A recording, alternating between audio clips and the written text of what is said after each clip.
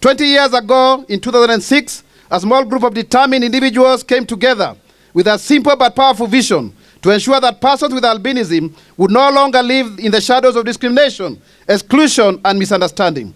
That vision gave birth to the Albinism Society of Kenya. Today, 20 years later, ASK stands as one of the most successful disability rights organizations in Africa. Let's clap for ASK. When ASK was founded, albinism was hardly part of national conversation. Many families lack accurate information. Myths and misconceptions were widespread. Children with albinism were bullied, excluded, and denied opportunities. Access to sunscreen, low vision devices, and specialized healthcare was extremely limited, and people were even being killed. We have Bianca Chacha here and Gabriel Kenyanjui, who we rescued at the borders of Tanzania. They were just about to be killed. Today they are in Form 3. Let's clap for them. Over the last 2 decades, the organizations have successfully made albinism part and parcel of the national conversation. In 2009, ASK submitted the first petition to Parliament through Honorable Eugene Wamalwa, seeking representation of persons with albinism in Parliament. Affordable sunscreen registration, affordable sunscreen, I beg your pardon, registration and legal recognition. Today, all these objectives have been achieved. Makofi tender.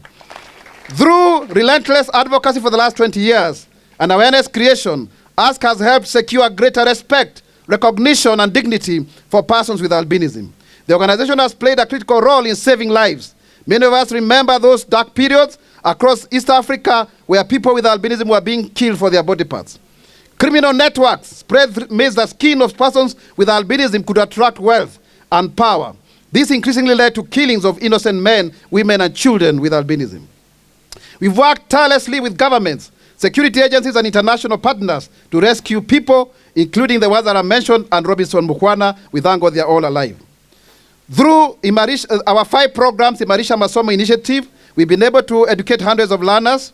Ajira program, young people and adults with albinism have secured employment in companies such as Kenya Airways. Recently, I was going to Ghana. I was served by Alan Witter, a young man with albinism. The first air hostess with albinism was Miss Albinism Lois Lihanda.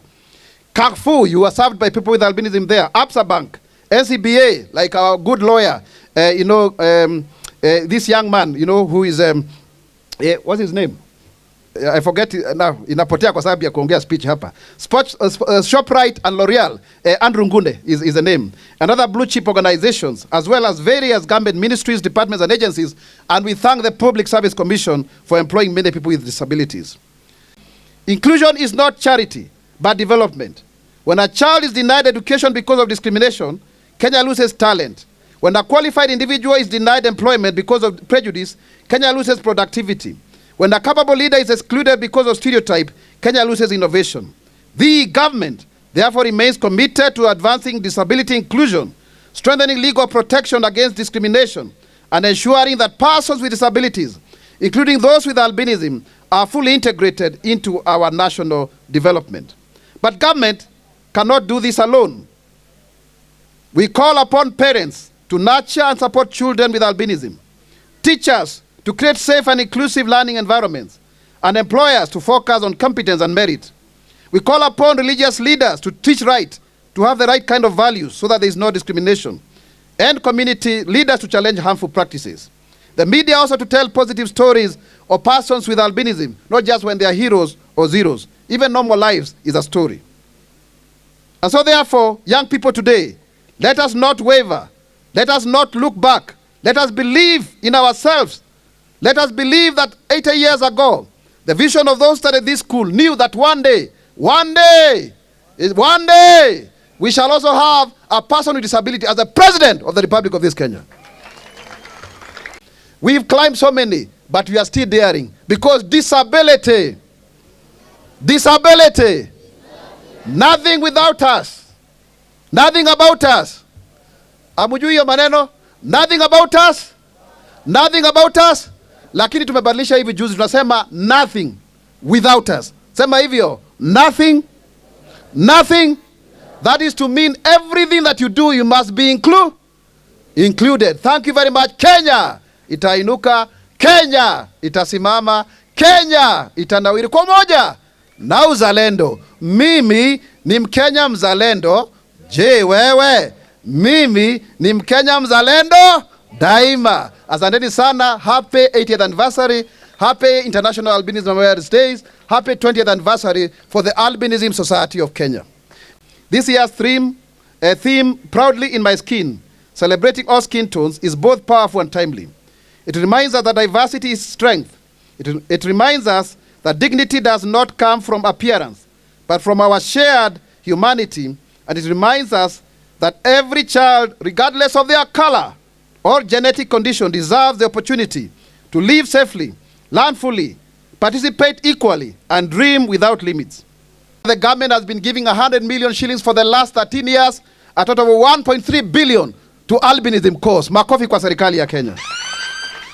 This program remains the best in the world and a good trend center that many countries have come here to benchmark, including Uganda, Tanzania, Malawi, Mozambique. All of them have come here because we are great leaders. We celebrate the 80th anniversary of the Thika School for the Visually Impaired. I was here from 1987 until I finished 2000 at High School for the Blind, and I was the head boy. So uongozi unaanza hapa chini. And I also used to be the dormitory captain wa hapa wa yuko Chita na kwingineko kama huko. Na pia nilikuwa assembly hall hapa na standard 8. Unaona tulikuwa pale hapo. And I was the best in Kiswahili public speaking 1996, the whole nation. Kwa hivyo mkiwa msemaji wa serikali alianza hiyo wakati. The story of Thika School for the Visually Impaired is a story of vision, courage and transformation. Established in 1946, the institution became the first school for its kind in Eastern, Central and East Africa, at a time where education opportunities for learners with disabilities were almost non-existent. This school opened doors that have long remained closed. For 80 years, it has nurtured generations of learners who have gone on to become teachers, professionals, leaders, entrepreneurs, advocates, and productive citizens. We have people like Kibaya Laibuta, who is a Court of Appeal judge. We have Monica Mbaro, who is also a high court judge, and all of them are totally blind, they are visually impaired. We have people like Ruben Kigame, Mary Atieno, quite a number of great people have passed through this school. Its legacy is not measured by its longevity, but by the countless lives it has transformed. Today, as we celebrate this milestone, we honor all the teachers, administrators, parents, partners, and learners who have made this institution a symbol of possibility and excellence. Through our Linda Afya program, including Linda Ngozi, Linda Macho, and Miwani Mashinani, thousands have been able to access healthcare services, support for their eye care, and now most of these programs, including protective clothing, are being handled by the National Council for Persons with Disabilities. Let's clap for the National Council. And through the Nikon Happy and Huduma Bora programs, people are able to access justice. We therefore say that we are very glad that in 2016 and 2018 we had the Mr. and Miss Albinism, Kenya and East Africa, and the first guest of honor was none other than the then Deputy President, William Samoei Ruto. Makofi kwa President wetu. And last year the chief guest was none other than our First Lady, Mama Rachel Ruto. Kwa hivyo tunashukuru sana. And also Mama Rachel Ruto has been able to support us with mothers of children with albinism through Joywo Women because of knitting. So siyo ni vizuri kabisa.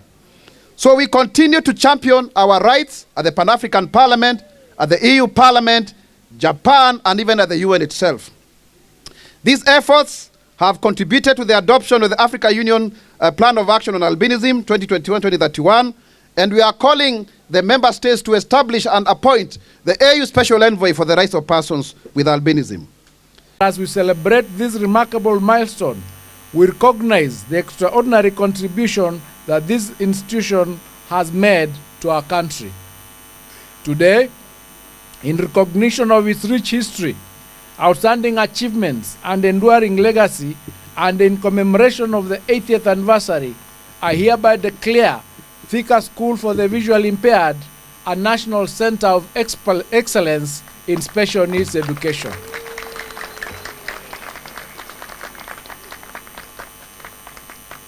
This declaration is not only in recognition of the school's distinguished past, but also an affirmation of its future role as a leading institution in advancing inclusive education, innovation, and excellence for generations to come. we must reaffirm our commitment to protecting our schools as spaces of learning, discipline, innovation, and character formation. Violence, destruction, and unrest have no place in institutions established to nurture the future of our nation. The government takes cases of unrest and indiscipline in schools very seriously. There can never be any justification for action that results in loss of life or destruction of property. Any grievances should always be addressed through the appropriate channels without resorting to actions that harm others. As a government, we will never condone actions or acts of violence, vandalism, or any form of lawlessness in our schools. We remain committed to ensuring that learning institutions remain safe environments for all students and staff. Last year, tulikuwa tumetolewa 10 million ilikuwa imetolewa kwa albinism fund. But today, 10 million has been reinstated. Siyo ni makofi. Tunataka kushukuru serikali because of that. We also want to thank the government because it has given some of us some opportunities to work. The government spokesman, the face of the government in the eyes of all the cameras is none other than Dr. Isaac Mwaura. As we celebrate this day, let us commit ourselves to creating a society where every person feels valued and accepted. Let us promote access to education, healthcare, sun protection, employment opportunities, and equal participation in all aspects of life. Let us challenge harmful stereotypes and replace them with understanding, respect, and acceptance.